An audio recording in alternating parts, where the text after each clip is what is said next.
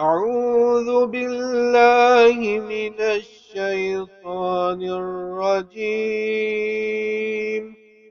بسم الله الرحمن الرحيم.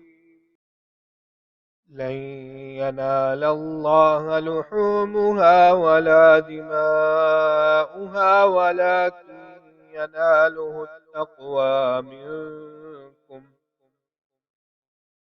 كذلك سخرها لكم لتكبروا الله على ما هداكم وبشر المحسنين. السلام علیکم ورحمۃ اللہ وبرکاتہ۔ سوال یہ ہوا ہے، آج کل قربانی کے وقت کچھ لادین لبرل سیکولر لوگ یہ مہم چلاتے ہیں کہ غریب کی مدد افضل ہے قربانی کرنے سے۔ غریب بھوکا سو رہا ہے لیکن قربانی پر بہت سا پیسہ لگایا جا رہا ہے۔ اس مہم کا قرآن اور حدیث کی روشنی میں جواب دیں تاکہ شعار اسلامی کے متعلق ایسی بیزاری پھیلانے والے کو جواب دیا جائے۔ دیکھیے جی، سب سے پہلی بات تو یہ ہے کہ ہم مسلمان اللہ رب ذوالجلال کے تابع ہیں۔ اللہ تعالیٰ ہمارا رب ہے، ہم اس پر راضی ہیں۔ رضیت باللہ ربًا وبالاسلام دینا وبمحمد نبیًا۔ ہر نماز کے بعد اللہ نے ہمیں حکم دیا ہے، رب کہیں گے تو ہم کھڑے ہو جائیں گے، رب کہیں گے تو ہم سو جائیں گے، رب کہیں گے تو ہم لیٹ جائیں گے۔ ہمارا رب ہمیں جو حکم دے گا، جیسے حکم دے گا، ہم اپنے رب کے حکم پر تابع دار بھی ہیں، اس کے تابع بھی ہیں۔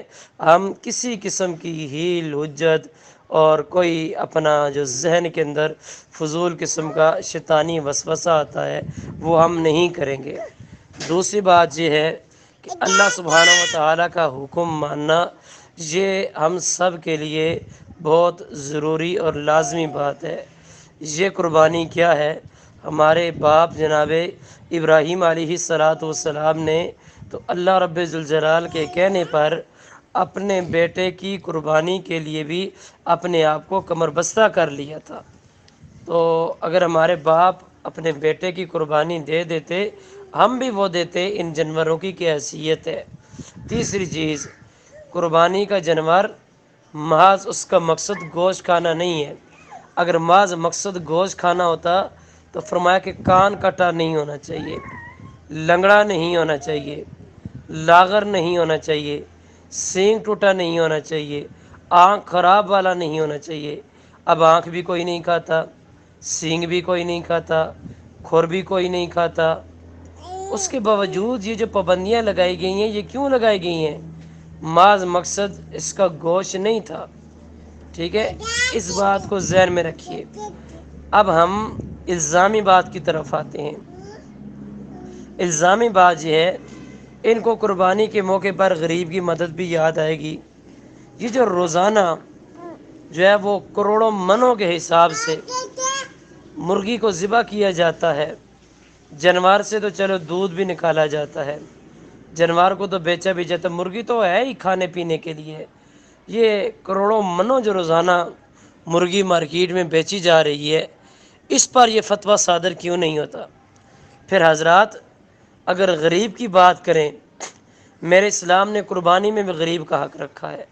میرے اسلام نے رمضان کے اندر غریب کی سیر و رفتاری کا ہمیں ترغیب دی ہے۔ یہ ہر روز فرشتہ آتا ہے جو اللہ کے راستے میں دینے والا ہے، اس کے لیے وہ دعائیں کر کے جاتا ہے۔ اسلام میں کسی نے غلط نظر مان لی، قسم توڑ دی، قتل کر دیا، زہار کر دیا، فرمایا غریب اور مسکین اس کے ساتھ تعاون کیا جائے۔ اللہ کے نبی تو یہاں تک فرما رہے ہیں، انا وکافل الیتیم ہاؤنا، میں اور یتیم کی پرورش کرنے والا انگلیاں ملا کر فرمایا ہم دونوں اس طرح جنت کے اندر جائیں گے۔ رب کہتے ہیں فَلَقْتَحَمَ الْعَقَبَةَ وَمَا أَدْرَاكَ مَا الْعَقَبَةُ، عقبہ میں داخل ہو، وہ کیا ہے؟ فَكُّ رَقَبَةٍ، کسی گردن کی آزادی کے لیے پیسے جمع کرنا، او اطعام فی یوم ذی مسغبہ، غریب مسکین کو کھانا کھلانا۔ دین اسلام تو ہر حال میں ہمیں یتیم، غریب، مسکین اس کے لیے یہ حکم دیتا ہے کہ آپ کھانا مہیا کریں، بلکہ میرا اسلام تو یہاں تک کہتا ہے، صحیح المسلم کی حدیث ہے، آقا علیہ الصلوۃ والسلام فرماتے ہیں کہ جب تم کھانا بناؤ اپنی ہانڈی کے اندر پانی زیادہ ڈال دو تاکہ ساتھ والے کو کھانا مل جائے۔ فرمایا کہ واللہ وہ مومن نہیں ہو سکتا جب تک جیران اپنے پڑوسی کا حق ادا نہیں کرتا۔ میرا اسلام بڑا واضح ہے، میرا اسلام غریب مسکین اس کے ہاتھ پر سر پھیرنے کا حکم دیتا ہے۔ میرا اسلام اپنی خوشیوں کو کم کر کر غریبوں اور مسکینوں کے ساتھ خوشیاں شیئر کرنے کا کہتا ہے، لیکن میں ان لوگوں کو کیا کروں جن کو ہر وقت یا ان کو حج یاد آئے گا۔ انہوں نے کبھی بھی بسنت پر مہم نہیں چلائی ہے، انہوں نے کبھی بھی ملک جو اپنے ایام مناتے ہیں اس پر اربوں ڈالر لگ جاتے ہیں، انہیں اس چیز کی کبھی پرواہ نہیں ہوتی۔ یہ بڑے بڑے فنکشن کیے جاتے ہیں، یہ شادیاں کی جاتی ہیں، یہ ڈیزائنر جو کپڑے ڈیزائن کرتے ہیں اس کے اوپر جناب صرف ڈیزائن کرنے کے لاکھوں روپے کی ساڑیاں پہنی جاتی ہیں۔ وہ جو گوچی کی یہ جوتیاں پہنتے ہیں 40 45 ہزار کی، مارکیٹ میں اب لاکھوں سے کروڑوں میں گاڑیاں چلی گئی ہیں۔ اس پر ان لوگوں کو کبھی بھی اعتراض نہیں ہوگا۔ شادی کے پر سونا لازمی لوگ سمجھتے ہیں، اس سونے کے خلاف یہ آپ کو مہم چلاتے نظر نہیں آئیں گے، یہ آپ کو جب بھی بات کرتے نظر آئیں گے قرآن کے خلاف، حدیث کے خلاف یہ آپ کو بات کرتے نظر آئیں گے۔ اللہ کے نبی سے پوچھا گیا ای العمل افضل، اللہ کے محبوب بتائیے سب سے افضل عمل کیا ہے؟ فرمایا ایمان باللہ، اللہ رب الجلال پر ایمان لانا ہے۔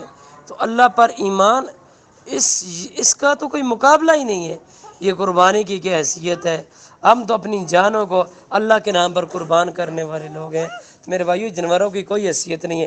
اصل میں وہ فلسفہ اس کے پیچھے جو ابراہیم علیہ السلام کا تھا کہ رب کے کہنے پر اپنے بیٹے اور بیوی کو ایسی جگہ پر چھوڑ کر آئے ہیں، پتہ نہیں کل ان کا کیا بنے گا۔